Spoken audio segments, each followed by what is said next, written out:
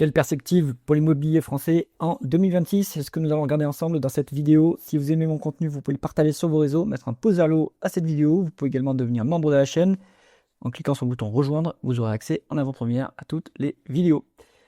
Bon, on a toutes les données habituelles que je suis pour l'immobilier français qui ont été mises à jour. Le premier rapport, c'est celui de l'Observatoire Crédit Logement. Ils sont, on va dire, en amont de la chaîne de l'immobilier puisqu'ils ont accès aux données de courtier concernant le crédit. Et vous allez voir, c'est sympathique. On est sur une hausse du taux d'intérêt des crédits immobiliers. Aucune surprise là-dessus, puisque les taux d'intérêt longs sont en hausse, même les taux d'intérêt plutôt courts. Alors le taux de la Banque Centrale Européenne est plutôt stable, mais on a peut-être éventuellement une hausse de taux à prévoir à cause de l'inflation, ce qui serait stupide, hein, puisque c'est l'inflation importée à cause du prix de l'énergie, et ça serait pas du tout une inflation auto-entretenue. Mais bon, on aurait éventuellement des hausses de taux même de la BCE. En tout cas, les taux souverains, on va aller voir ça après, ils sont en augmentation, donc mécaniquement les taux de crédit immobilier doivent refléter cela.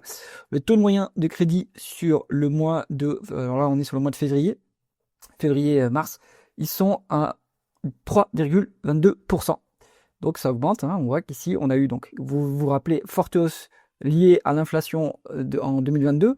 Cette inflation, je le rappelle, elle est venue des plans extraordinaires des banques centrales en mars 2020, qui est pour soutenir l'économie grâce au quantitative easing, la version qui est inflationniste, puisqu'il y a une version qui n'est pas inflationniste, mais ce coup-ci on a eu droit à la version inflationniste.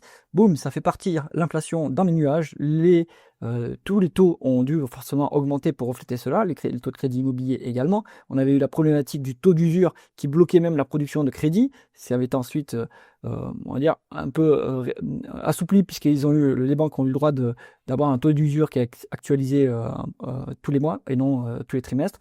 Bref, on a eu ensuite une légère détente. Tac, on est venu toucher les 3% et maintenant on repart. Alors il y a l'inflation importée, mais moi je pense que c'est surtout le fait que les obligations long terme des États européens sont en augmentation à cause des finances publiques dégradées. Bon, donc là, hop, hausse des taux.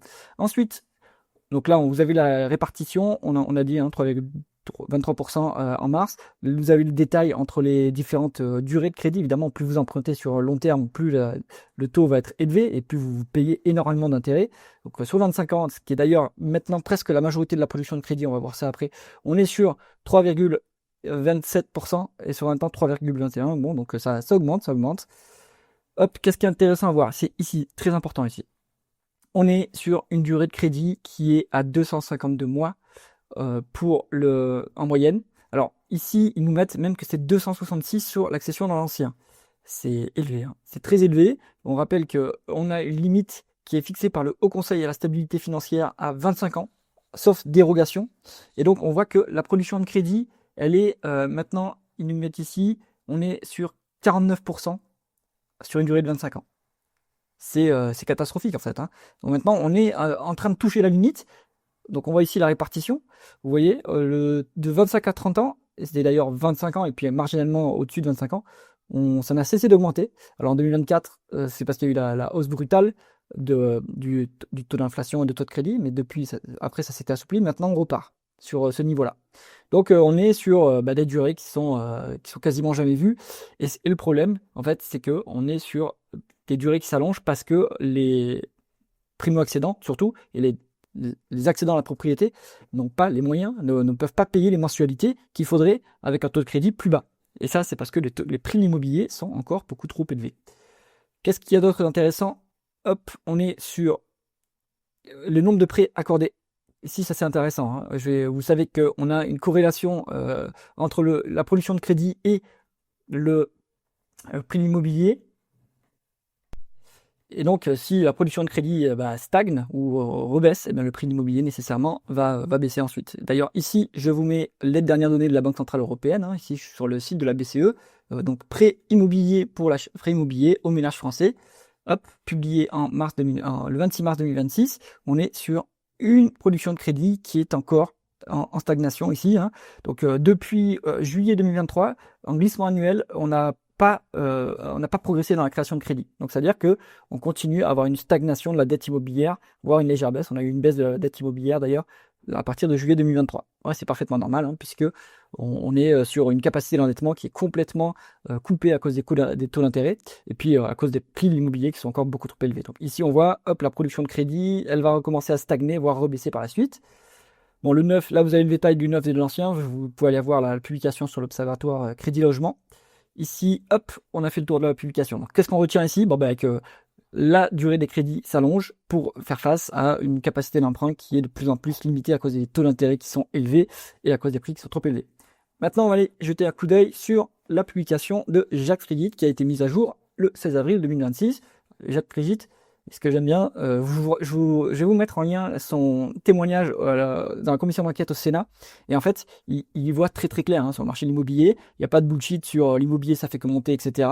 Les prix sont normaux. Lui, il voit très bien que depuis les années 2000, on est dans une bulle sur l'immobilier. Et il dit, bien, c'est tout simplement lié à la financiarisation de l'immobilier. Bien sûr, vous augmentez la création monétaire pour l'immobilier. Vous avez une offre qui est faiblement en augmentation, une demande qui augmente fortement grâce ce crédit immobilier, ce pouvoir d'achat additionnel qui est créé, et forcément ça part en bulle. Maintenant, on est dans le scénario inverse, on a une destruction de capacité d'achat, donc forcément, hop, on va avoir une correction des prix. Donc on voit que ça avait, bon, alors ici on est en nominal, on est en réel, hein, puisque c'est rapporté au revenu des ménages, donc on n'est pas en nominal sur les prix, mais on voit que donc ça depuis les années 2000, ça a fortement monté. Crise de la zone euro, ça a un petit peu baissé. Quantitative easing, donc création monétaire à foison, hop, ça repart en bulle. Ça s'accélère. C'est encore QE sous stéroïde en 2020, boum, ça s'accélère encore plus. Et on atteint le pic de la bulle en 2021-2022. Depuis, correction, léger rebond, parce qu'on a eu des taux qui ont un petit peu baissé, une production de crédit qui a stagné malgré tout. Bon, on va, à mon avis, on va continuer à repartir vers la baisse. On voit que et en immobilier, ce qui est important, en fait, c'est que la baisse des volumes précède la baisse des prix. Donc, on voit que ici, vous voyez le nombre des ventes rapporté à la tendance longue. On est sur donc une chute brutale à partir de 2021. Et hop, c'est un petit peu corrigé, ça a légèrement rebondi, et puis là, ça semble s'infléchir à nouveau. Donc, on va avoir potentiellement, une baisse des prix de l'immobilier. Qu'est-ce qu'on va avoir d'intéressant ici à regarder? Donc, le taux d'intérêt, vous voyez ici, sans augmentation. Vous voyez, on a eu sur une brève période, enfin sur une bonne période, on a eu des taux d'intérêt réels, hein, c'est-à-dire défalqués de l'inflation, pour le crédit immobilier qui était proche de zéro et très négatif à partir de 2020 jusqu'à 2021. Et ensuite, boum, on est reparti sur un taux d'intérêt réel positif. Hein, donc ça fait très très mal. Parce qu'avant, il suffisait de s'endetter et puis on remboursait en monnaie de singe, comme on dit, puisque là, en fait, on payait un taux d'intérêt qui était inférieur à l'inflation. Maintenant, c'est plus le cas du tout. Hein. Bon, vous voyez ici, le fait d'avoir financiarisé l'immobilier, ce que ça a fait, c'est que ici, hop, ça a fait partir la durée d'emprunt pour acheter un logement, on va dire standard, ça l'a fait partir dans les nuages complètement.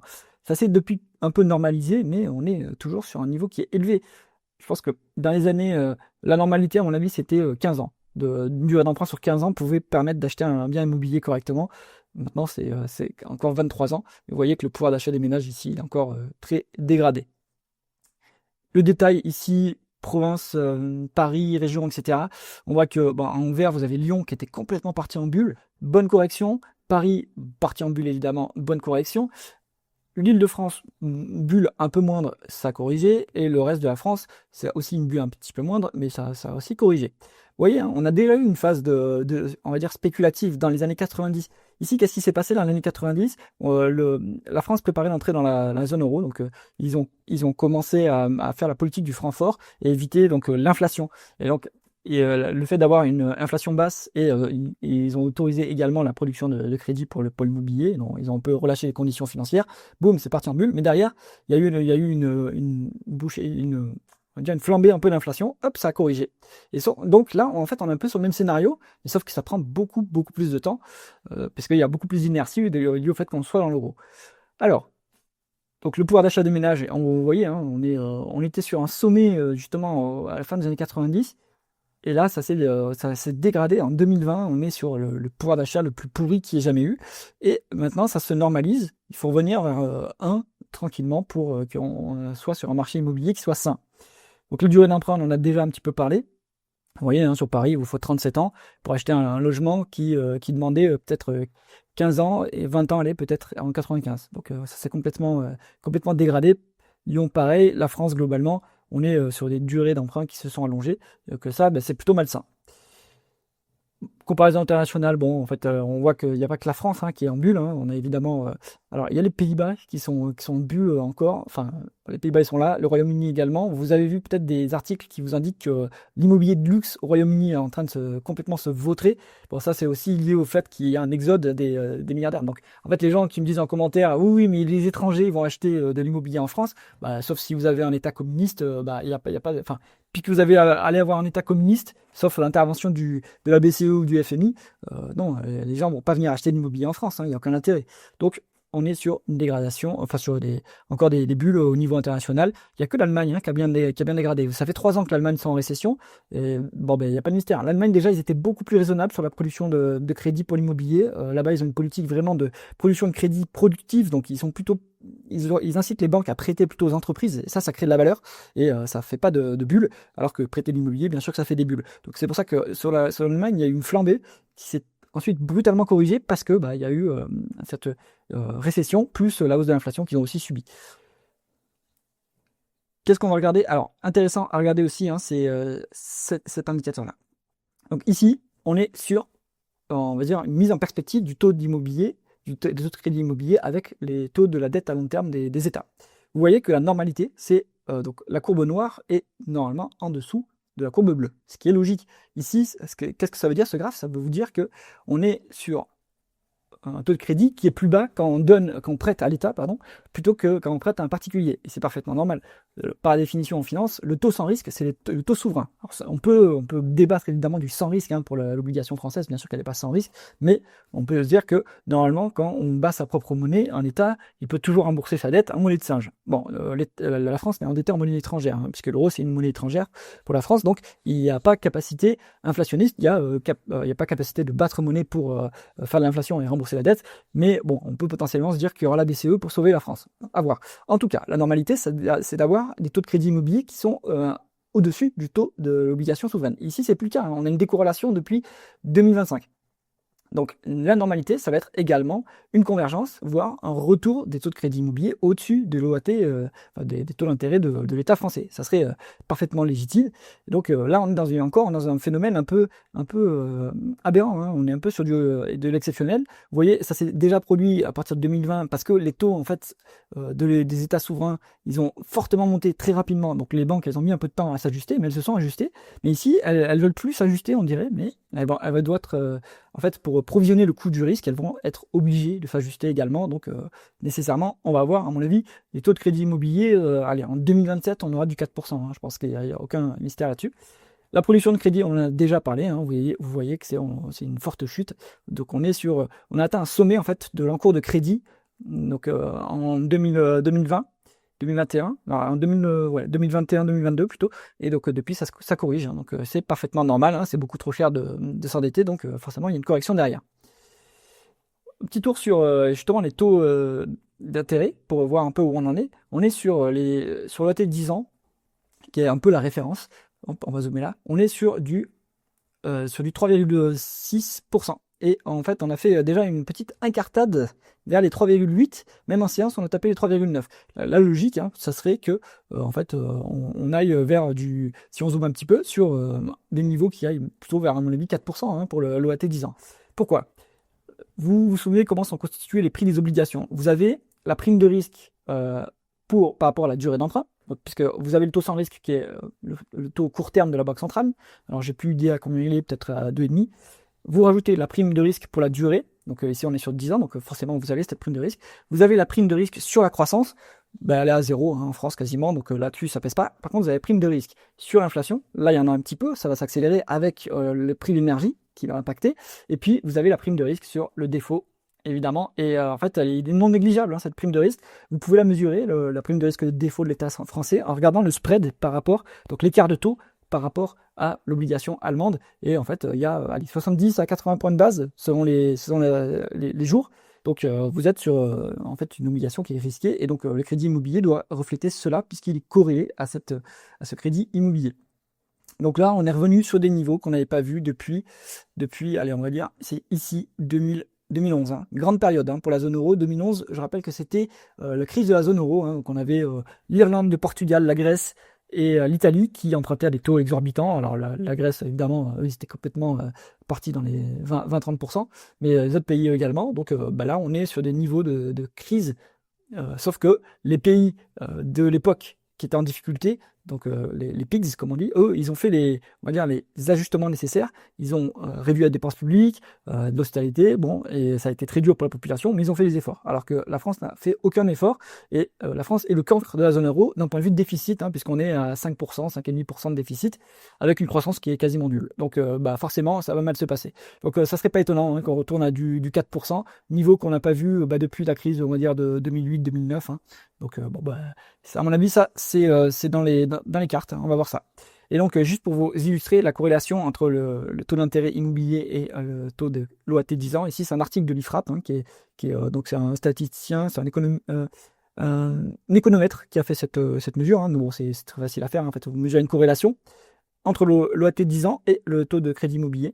Eh bien, vous voyez qu'il y a une très bonne corrélation, hein, 86% de corrélation, c'est pas mal, hein, c'est significatif. Donc attendez-vous à avoir des taux de crédit immobilier qui partent à 10 ans, à 4%, sur peut-être 25 ans. Donc une durée de crédit qui s'allonge de plus en plus encore. Hein. Donc là, on est à la moitié de la production de crédit qui est sur 25 ans. Il ne faudra pas s'étonner qu'on arrive peut-être à 55-60% dans quelques trimestres.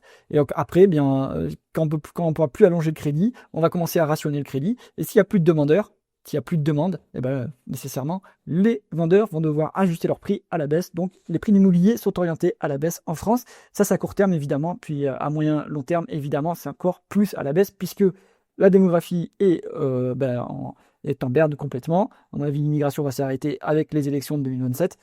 Voilà, donc le prix de l'immobilier n'ont aucune chance de remonter par la suite. J'espère que cette analyse vous a intéressé. Si c'est le cas, mettez un pouce vers le haut et pensez à vous abonner à la chaîne. À bientôt.